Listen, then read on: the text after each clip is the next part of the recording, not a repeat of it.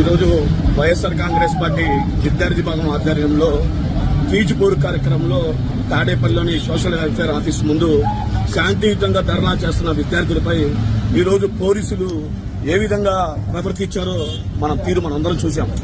ఎంత దారుణంగా ఇన్నాక నుంచి అరెస్టు చేసిన కాడి నుంచి సుమారు గంట నుంచి కూడా పోలీసులు అందరూ ఎక్కడ తీసుకొని పోతున్నారో తెలియదు, ఎక్కడ తిప్పుతున్నారో తెలియదు, కానీ మొత్తం ఊరంతా తిప్పుతానే ఉన్నారు.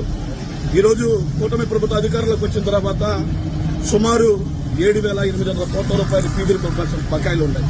అవి వెంటనే విడుదల చేయాలని చెప్పేసి వైఎస్ఆర్ కాంగ్రెస్ పార్టీ విద్యార్థి భాగం ఆధ్వర్యంలో మేము శాంతియుతంగా పోరుబాటు చేస్తుంటే చాలా వివక్ష రహితంగా చాలా దారుణంగా పోలీసులు ప్రవర్తించిన తీరు మనం అందరం చూసాం. ఎక్కడ తిప్పుతున్నారో తెలీదు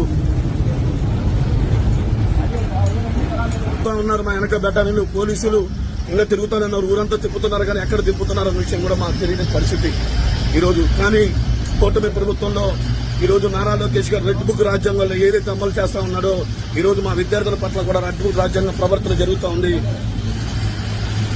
వెంటనే ఏదైతే ఫీజు రీంబర్స్మెంట్ బకాయిలు ఏదైతే ఉన్నాయో తక్షణమే విడుదల చేయాలని చెప్పేసి మేము డిమాండ్ చేస్తా ఉన్నాం.